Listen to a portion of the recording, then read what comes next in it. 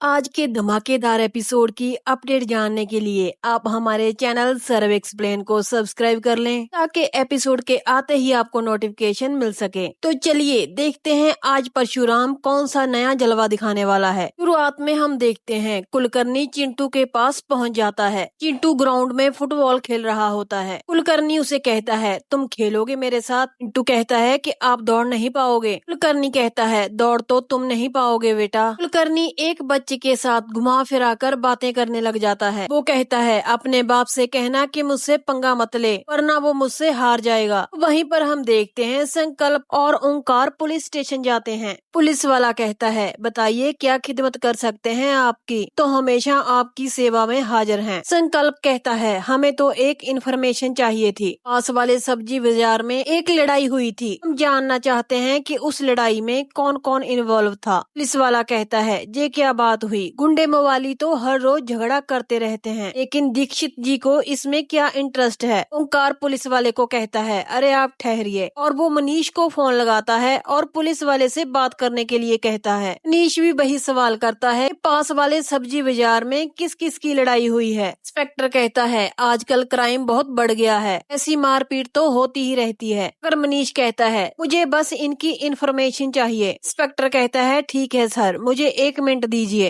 Inspector दूसरे police वाले से कहता है कल हमने जिस गुंडे को अरेस्ट किया है उसे लेकर आओ। पुलिस वाला उन तीनों गुंडों को ले आता है। इंस्पेक्टर कहता है क्या मार्केट में तुम लोगों ने ही लफड़ा किया था। वो गुंडा कहता है हाँ साहब। तभी इंस्पेक्टर मनीष से कहता है जिन गुंडों ने सब्जी बाजार में झगड़ा किया है उन लोगों को तो हमने पकड़ लिया है। तो वहीं पर बच्चे पूछते हैं चिंटू ये कौन है। चिंटू कहता है ये मेरे नाना जी हैं। कुलकर्णी कहता है नहीं मैं कबीर का पापा हूँ और यही मेरी पहचान है। कुलकर्णी चिंटू के साथ हर चाल चलता है। वो उसको बहलाने फुसलाने लग जाता है। उससे कहता है चिंटू बेटा तुम मुझे बताओ तुम्हें क्या चाहिए। तुम्हें नया फुटबॉल चाहिए मैं तुम्हें ला कर दूंगा। और ये जूते नहीं पहनते फुटबॉल खेलते वक्त मैं तुम्हें नए फुटबॉल शू ला कर दूंगा। तुम जहाँ कहाँ खेल रहे हो जहाँ तो गरीब बच्चे खेलते हैं मैं तुम्हें बड़ी सी ग्राउंड में खिलाऊंगा। अगर तुम्हें ये सब कुछ चाहिए तो मैं तुम्हें ला कर दूंगा। मगर चिंटू कहता है आप मुझे क्यों ला कर देंगे। मेरे पा ने कहा है अगर कोई आपको जरूरत से ज्यादा देता है तो उससे पीछे कोई न कोई जरूर वजह होती है। इससे पीछे जरूर आपका कोई मतलब है। ये चाल भी कुलकर्णी की फेल हो जाती है और ये सुनकर कबीर को बहुत गुस्सा आता है। वो चिंटू पर भड़कने लग जाता है। आराध्या उसे कहती है कि ये तुम क्या कर रहे हो अभी वो बच्चा है। कबीर कहता है बच्चा नहीं है ये सांप का बच्चा है। तो वहाँ हम देखते हैं मनीष इंस्पेक्टर से कहता है ये सब छोड़िए आप उनसे ये पूछिए कि लड़ाई उनकी किसके साथ हुई थी। ठीक वैसे ही गुंडों से इंस्पेक्टर पूछता है। अभी गुंडा कहता है हमारे बीच हिस्से को लेकर लफड़ा हो गया था साहब। मनीष फोन के बीच सब कुछ सुन लेता है और इंस्पेक्टर से कहता है कि आप जरा संकल्प को फोन दीजिए। इंस्पेक्टर कहते हैं आप में से संकल्प कौन है। मनीष जी उनसे बात करना चाहते हैं। तो तभी संकल्प फोन ले लेता है। मनीष संकल्प से कहता है तुम जरा इन लोगों को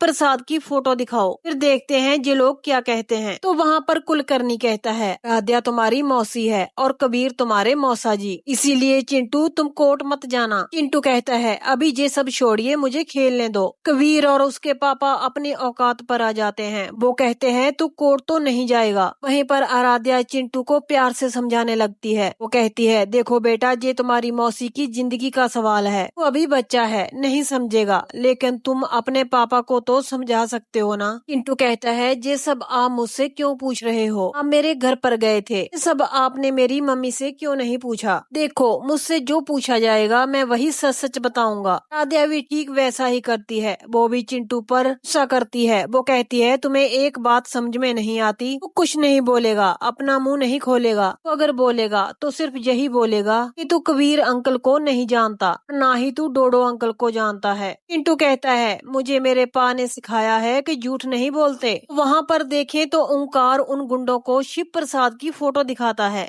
कहता है कि इनको देखा है कहीं पर आपने। अभी उन गुंडों को देखते ही शिव प्रसाद की मार याद आ जाती है जो वो गुंडे खा चुके थे। वो गुंडा कहता है जी नहीं हमने इन्हें कभी नहीं देखा। मनीष फोन के बीच बात सुनकर कहता है तो हम लोग गलत सोच रहे थे। ठीक है तुम लोग वापस आ जाओ। वहीं पर मल्हार मनीष से कहते हैं क्या हुआ। मनीष कहता है कर्ण कुलकर्णी का निशाना गलत जगह पर लगा है। मतलब वो जो सोच रहे थे सच नहीं है। हार कहते हैं कि क्या सच नहीं है। मनीष उनको बताने ही वाला होता है, मगर अगले ही पल वो बात को पलट देता है, हंसने लगता है और कहता है कि कुछ नहीं दादा, कभी कभी ब्लड प्रेशर की वजह से मैं कुछ भी बोल देता हूँ। वहीं पर संकल्प और ओंकार इंस्पेक्टर साहब से कहते हैं कि हम चलते हैं। उनके जाते ही शिव प्रसाद वहाँ पर आ जाता है। वहीं पर कुलकर्णी हर चाल चलकर देख लेता है, मगर चिंटू नहीं मानता। कबीर तो उसे मारने के लिए जाता है। कुलकर्णी कबीर को रोकता है और चिंटू को कहता है कि आखिरी बार बोल रहा हूँ, तुम कोर्ट में मत जाना,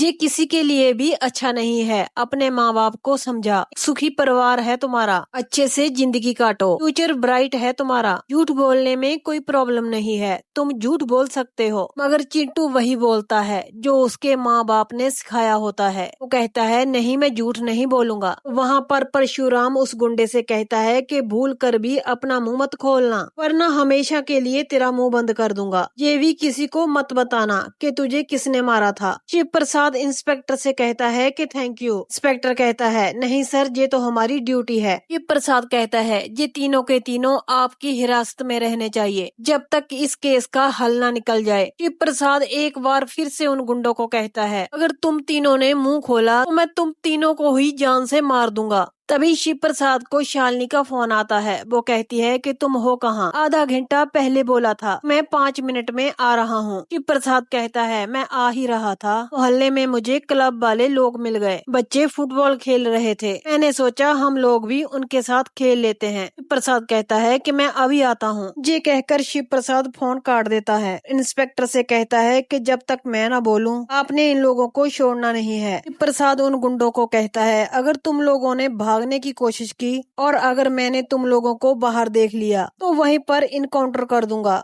वहाँ पर मनीष की बेटियां उनसे पूछती हैं कि आप इतनी टेंशन में क्यों हो, हर वक्त जहाँ जीजू की बातें होती रहती हैं। मनीष कहते हैं तुम लोग रहने दो, तुमसे कुछ नहीं होगा। कर्ण कुलकर्णी कोई कच्चा खिलाड़ी नहीं है। मल्हार कहते हैं तुम्हारे कहने का क्या मतलब है? मनीष कहता है कर्ण कुलकर्णी परशुराम से बात कर रहा था तो उसको किसी ने पीछे से शिव के नाम से पुकारा था। तभी मनीष शालिनी को फोन करता है और कहता है कि तेरा पति कहाँ है? शालिनी कहती है क्यों? मनीष कहता है जो ही उससे कोई बात करनी थी। शालिनी कहती है ठीक है, आने पर बता दूंगी। मनीष कहता है पक्का जहाज से बता देना और बोलना कि मल्हार दादा भी उनसे बात करना चाहते हैं। ये कहकर फोन काट देते हैं। मल्हार कहते हैं मनीष तुम्हें पक्का कोई गलतफहमी हुई है, दामाद जी से बात करना जरा संभाल कर, क्योंकि कोर्ट की डेट आगे आने वाली है और ये केस चिंटू की किडनैपिंग का केस है, इसमें कबीर और उसके दोस्त शामिल हैं, इसलिए बोल रहा हूँ कि संभाल कर बात करना, नहीं तो फिर से कोई कानूनी उलझन में फंस जाओगे। वहीं पर हम देखते हैं चिंटू किसी भी तरह उनकी बात नहीं मानता। कबीर का गुस्सा 7वें आसमान तक पहुंच जाता है। वो फुटबॉल उठाता है और चिंटू के मारने ही वाला होता है। अभी वहाँ पर परशुराम आ जाता है। कर्ण कुलकर्णी से कहता है कि तुम्हारा बेटा फाउल खेल रहा है, पहले मेरे बेटे को किडनैप किया और दूसरा अब ये जो कर रहा है, रेड कार्ड दिखाकर बाहर फेंक दूंगा तुझे। कबीर कहता है अच्छा क्या कर लोगे तुम? प्रसाद बिना बोले कबीर के चांटे पर चांटा मारने लगता है। आराध्या कहती है कि जीजू ये आप क्या कर रहे हो? उसकी बात सुनते ही परशुराम का गुस्सा 7वें आसमान तक पहुंच जाता है। वो कहता है कौन सा जीजू? किसका जीजू? ये मेरा बेटा है, इसकी तरफ किसी ने आंख उठाकर भी देखा तो मैं उसकी आंखें ही नोच लूंगा। तभी शालिनी का शिव प्रसाद को फिर से फोन आता है। वो कहती है तुम अभी तक आए क्यों नहीं? शिव कहता है अरे मैंने बोला ना फुटबॉल ग्राउंड में हूँ, मैं चिंटू के साथ फुटबॉल खेल रहा था, अभी दूसरी टीम के खिलाड़ी आ गए थे। शालिनी कहती है कौन सी दूसरी टीम? शिव कहता है कर्ण कुलकर्णी, कबीर कुलकर्णी और आराध्या कुलकर्णी, मारे चिंटू को धमका रहे थे ये लोग। ये कहकर शिव प्रसाद फोन काट देता है, मगर उसका गुस्सा अभी भी कम नहीं हुआ था। वो कहता है कर्ण कुलकर्णी अगर खेलना है तो आओ मेरे साथ खेलो। कर्ण कुलकर्णी का गिरेबान पकड़ता है। वो कहता है कि आज मैं भी देखना चाहता हूँ कितने बड़े खिलाड़ी हैं आप। कुलकर्णी कहता है मेरा कॉलर छोड़ो शिव प्रसाद देशमुख, तुम्हें नहीं पता तुमने किसके कॉलर पर हाथ डाला है, उसका पावर क्या है। शिव प्रसाद कहता है उसी पावर का गलत इस्तेमाल कर रहे हो आप लोग। हम आम आदमी अपनी घर गृहस्थी बसाते हैं, हमें और कुछ नहीं चाहिए, हमें हमारी जिंदगी अपने हिसाब से जीने दीजिए। प्रसाद जोर से फुटबॉल कबीर के मारता है, कहता है कि आइंदा से इस मोहल्ले में दिखना मत, वरना इस बार फुटबॉल नहीं शूटिंग होगी, वो भी राइफल शूटिंग होगी, भी एक खेल है, गेम है।